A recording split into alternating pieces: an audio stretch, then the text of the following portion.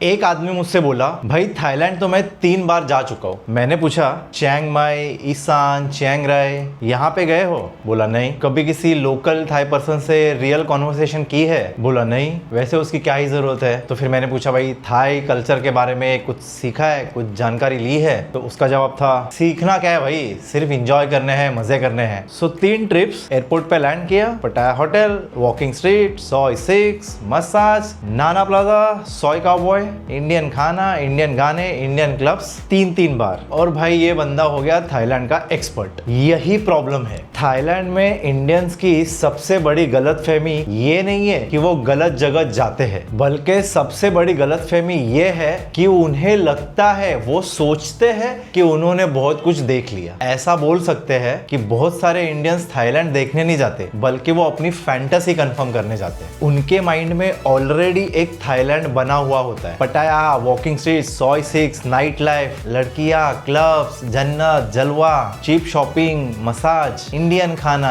Beer, alcohol, और ये सब देख के वापस आके बोलेंगे, चलो भाई थाईलैंड समझ गया। नहीं भाई, तुमने थाईलैंड बिल्कुल नहीं समझा है। तुमने सिर्फ वो थाईलैंड देखा है जो तुम देखना चाहते थे, जो तुम्हारे दिमाग में ऑलरेडी एक इमेज बनी हुई थी। सो इस वीडियो में मैं आपको बोरिंग टूरिस्ट टिप्स नहीं दूंगा, ना कोई बेस्ट प्लेसेस टू विजिट वाली लिस्ट होगी, ना कोई रेगुलर बजट हैक। मैं तुम्हें वो चीजें बताऊंगा जो इंडियंस थाईलैंड के बारे में हमेशा से कंसिस्टेंटली गलत समझते आ रहे हैं। कुछ पॉइंट्स वो होंगे जिनके बारे में हम नहीं करते, और कुछ पॉइंट्स शायद तुम्हें पर्सनली हिट भी करे। लेकिन रीजन जो भी हो, अगर तुम थाईलैंड को ऑनेस्टली सही में समझना चाहते हो तो ये वीडियो उसी के लिए है। सबसे पहली और सबसे कॉमन गलतफहमी, Pattaya hotel, Bangkok hotel, walking street, beach road, वापस इंडिया, हो गया भाई थाईलैंड का ट्रिप। नहीं भाई, तुमने थाईलैंड का एक टूरिस्ट बबल देखा है, रियल थाईलैंड नहीं देखा है। बहुत से लोग ये सुन के शॉक्ड हो गए, लेकिन पटाया का जो पार्ट आप देखते हो वो रियल थाईलैंड नहीं है। पटाया एक इंटरटेनमेंट मशीन है,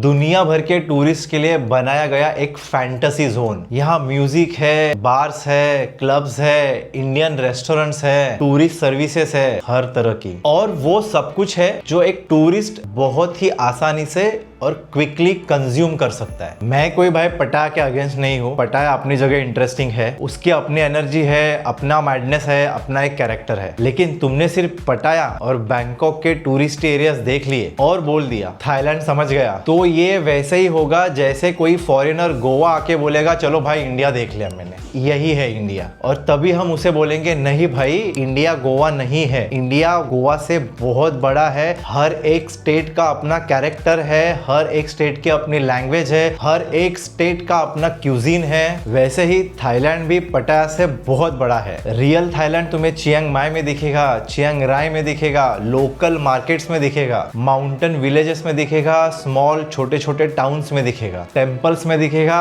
लोकल थाई फैमिलीज की डेली लाइफ में दिखेगा, और उन सारी जगहों पे दिखेगा जहाँ टूरिस्ट कम है और लोकल रेगुलर लाइफ ज्यादा है। सो पटाया थाईलैंड का एक चैप्टर है, लेकिन पूरा बुक नहीं है। थाईलैंड बहुत ही चीप, बहुत ही सस्ता है, ये बहुत बड़ी गलतफहमी है, ये एक हाफ ट्रूथ है। थाईलैंड चीप हो सकता है, लेकिन थाईलैंड चीप तभी ही हो सकता है जब तुम एक थाई की तरह ट्रैवल करते हो। Local food, public transport, simple hotels, local shopping, local areas, less shopping, less night life spending, तब थाईलैंड मैनेजेबल है। लेकिन अगर तुम भाई कंफर्टेबल रहना चाहते हो, इंडिया वाला कंफर्ट चाहिए, इंडियन खाना चाहिए, हर जगह टैक्सी चाहिए, सिटी सेंटर टूरिस्ट एरिया का होटल चाहिए, बीच कैफे चाहिए, आइलैंड हॉपिंग चाहिए, क्लब्स, अल्कोहल, शॉपिंग चाहिए, नाइट लाइफ चाहिए, तो भाई थाईलैंड तुम्हारा बजट साइलेंटली यहाँ से यहाँ लेके जाएगा। और ट्रिक ये है, हर चीज इंडिविजुअली सस्ती लगती है। ड्रिंक्स हो गया, क्लबिंग हो गया, नाइट लाइफ एंटरटेनमेंट हो गया, ये जब इंडिविजुअल खर्चा करते हैं तो इतना ऐसा ज्यादा बड़ा नहीं लगता। लेकिन ट्रिप के एंड में जब हम सब जोड़ने बैठते हैं, तब भाई समझ में आता है कि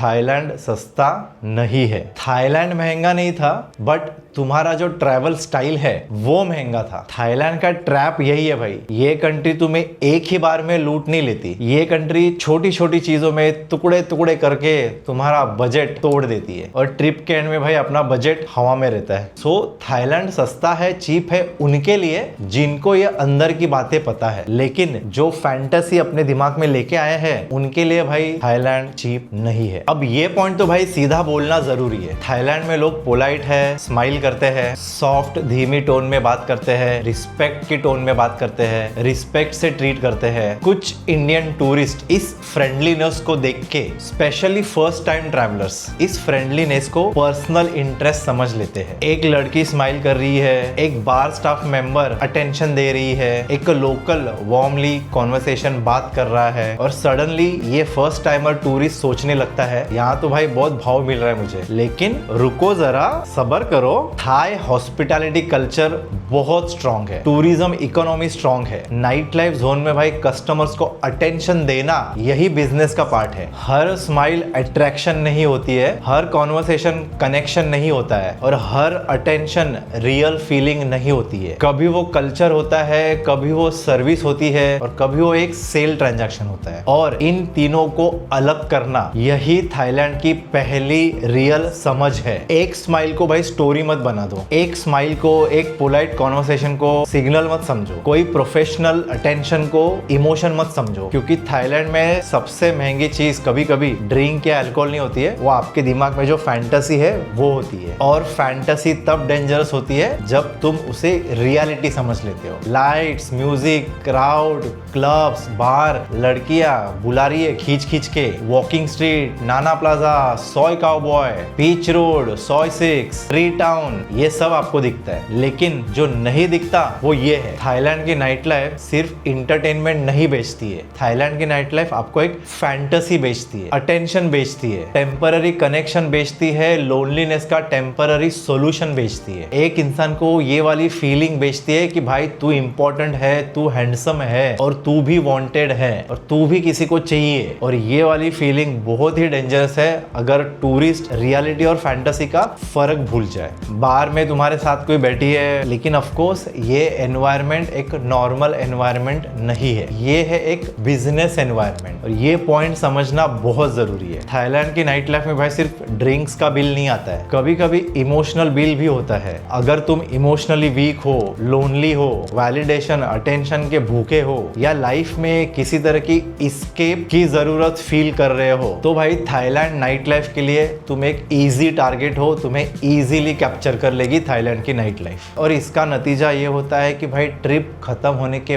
बाद भी इंसान वो फीलिंग्स चेस करते रहता है। और यही रीजन है जैसे ही इंडिया लैंड होते हो, अगली बार थाईलैंड कभी जाऊंगा उसकी प्लानिंग में लग जाते हो। नाइट लाइफ एंजॉय करो भाई, लेकिन सोच के समझ के, होशो हवास में। इमोशनली इन्वेस्ट मत हो जाओ भाई किसी एनवायरनमेंट में, किसी इंसान में, किसी बार गर्ल में, किसी थाई फ्रेंडली गर्ल में, जो सिर्फ तभी ही एग्जिस्ट होती है जब भाई तुम्हारे जेब में पैसे होते हैं। फैंटेसी एंजॉय करने में कोई प्रॉब्लम नहीं है, लेकिन फैंटेसी को सच रियल समझने में बहुत बड़ा प्रॉब्लम है। ये वाला बहुत ही अनकंफर्टेबल पॉइंट है, लेकिन इसको मैच्योरली समझना बहुत जरूरी है। अपने यहाँ पे इंडिया में कुछ कुछ चीजें बड़ी नॉर्मल लगती है, ग्रुप में जोर जोर से बात करना, एक्साइटमेंट में वॉल्यूम बढ़ जाना, आखिरी रुपए तक निगोशिएट करना, होटल या कहीं स्टाफ से डायरेक्ट टोन में बात करना, लाइन सिस्टम, क्यू सिस्टम ऐसा कुछ होता ही नहीं है ये समझना, रूल्स तो तोड़ने के लिए होते हैं ये समझना। इंडिया में ये सब कभी कभी एक नॉर्मल एनवायरनमेंट का पार्ट लगता है, लेकिन थाईलैंड में यही वाला बिहेवियर बहुत ही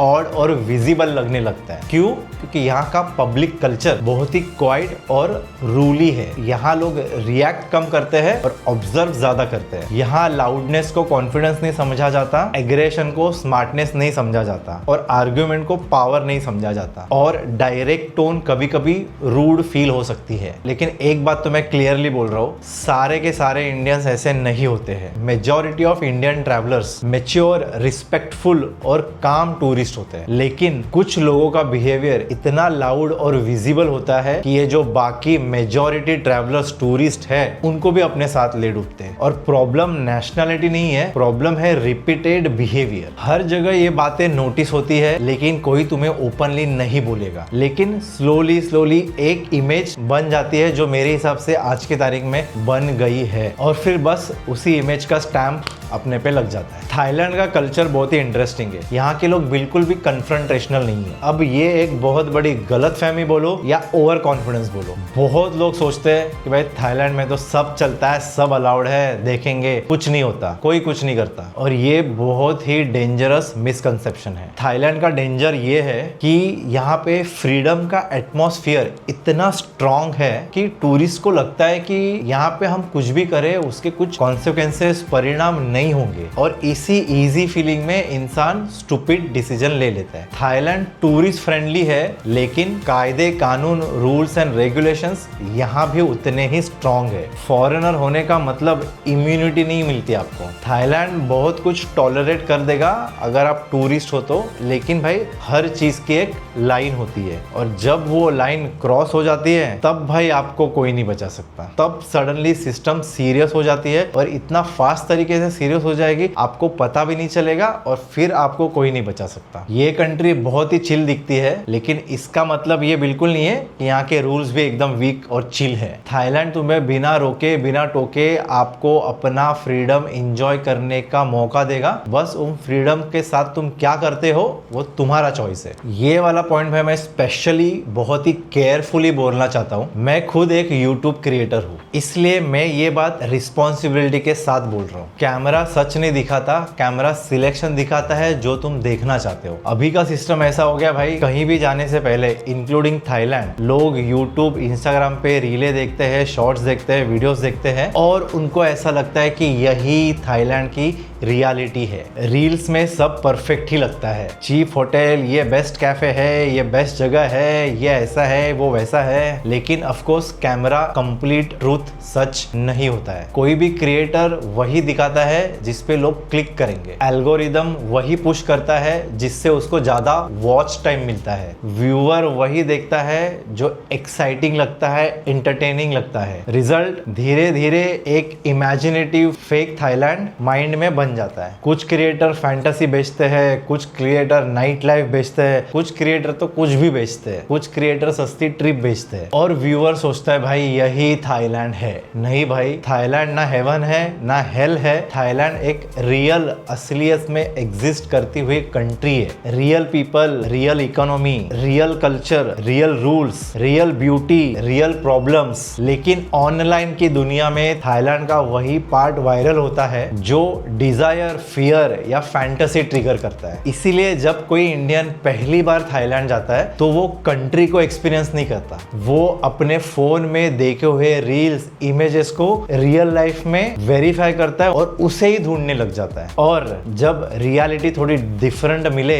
तो वो बंदा कंफ्यूज, शॉक्ड हो जाता है। थाईलैंड डिसअपॉइंटिंग बिल्कुल नहीं है, लेकिन एक्सपेक्टेशंस डिस्टॉर्टेड होते हैं। ये बहुत ही डीप है, ध्यान से सुनो। कुछ लोग थाईलैंड जाते हैं ब्रेक के लिए, कुछ जाते हैं हार्ट ब्रेक के बाद, कुछ लोनलीनेस के साथ, कुछ जाते हैं बोरिंग लाइफ से भागने के लिए, कुछ अपने रूटीन 9 to 5 से एस्केप करने के लिए, कुछ लोग बीवी से दूर भागने के लिए। थाईलैंड टेम्पररी रिलीफ दे सकता है जेन्युइनली। वहां जाकर तुम हल्का तो जरूर फील कर सकते हो, फ्री, स्ट्रेस फ्री फील कर सकते हो, कॉन्फिडेंट फील कर सकते हो, एक जिंदा फील कर सकते हो। लेकिन अगर तुम इंडिया में लोनली हो तो इवेंचुअली थाईलैंड में भी लोनली ही फील करोगे। अगर तुम इमोशनली कंफ्यूज्ड हो तो थाईलैंड उस कंफ्यूजन को और एम्पलीफाई कर देगा। अगर तुम वैलिडेशन, अटेंशन के भूखे हो तो तुमको ये सारी चीजें टेम्पररी मिलेगी, परमानेंट नहीं। और ऑफ कोर्स सारे ये अटेंशन, वैलिडेशन नकली होंगे, फेक होंगे। अगर तुम अपनी जिंदगी से भाग रहे हो, अपने बोरिंग लाइफ से भाग रहे हो, इस टाइप का ट्रैवल एस्केप दे सकता है, सोल्यूशन नहीं।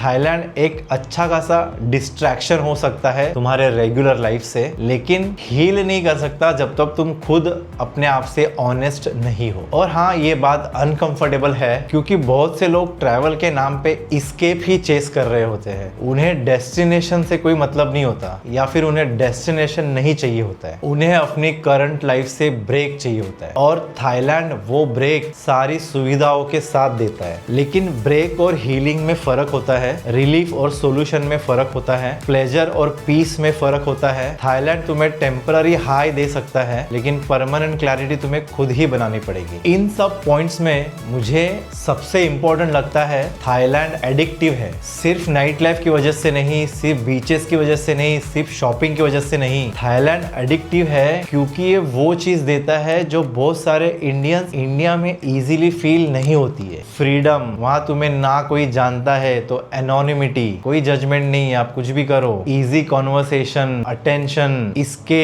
एक अलाइव होने की फीलिंग। इंडिया में आदमी कॉन्स्टेंटली एक ही आइडेंटिटी कैरी करता है, फैमिली का एक्सपेक्टेशन, सोसाइटी की नजर, वर्क का प्रेशर, रेपुटेशन का बोझ और जजमेंट हर तरफ से। लोग क्या कहेंगे, कौन देख रहा है, कौन क्या सोचेगा, घर पे क्या बोलेंगे, ऑफिस में क्या इमेज बनेगी, सोसाइटी में क्या इंप्रेशन जाएगा। थाईलैंड उतरते ही ये सारी चीजें ऑटोमेटिक गायब हो जाती है, हट जाती है। कोई नहीं जानता भाई तुम कौन हो, कोई तुम्हारा बैकग्राउंड नहीं पूछ रहा, कोई तुम्हारी सैलरी नहीं पूछ रहा, कोई तुम्हारा फैमिली स्टेटस नहीं देख रहा, ना कोई तुम्हारा पास्ट जानता है, ना जानना चाहता है। तुम बस एक ट्रैवलर हो और सडनली लगता है मैं जो हूँ वो हो सकता हूँ। और यही फीलिंग बहुत पावरफुल होती है, स्पेशली उन लोगों के लिए जो इंडिया में एक इमोशनली कॉम्प्रेस्ड लाइफ जी रहे हैं। बाहर से नॉर्मल, अंदर से board, lonely, restricted, under confident, freedom के भूखे, अटेंशन के भूखे। थाईलैंड उन्हें एक टेम्पररी वर्जन दिखाता है जहां वो कंप्लीटली फ्री फील करते हैं, मोर कॉन्फिडेंट, मोर अलाइव, मोर इंडिपेंडेंट। और यही फीलिंग भाई एडिक्टिव बन सकती है। कुछ लोग थाईलैंड से एक बेटर वर्जन बन के निकलते हैं, more open minded, no judgement free, more respectful, more independent, more aware. और कुछ लोग थाईलैंड की फैंटेसी में फंस जाते हैं और हर कुछ मंथ्स में एक ट्रिप लेनी है, सेम बार, सेम गली, same music, same attention, same emotional high,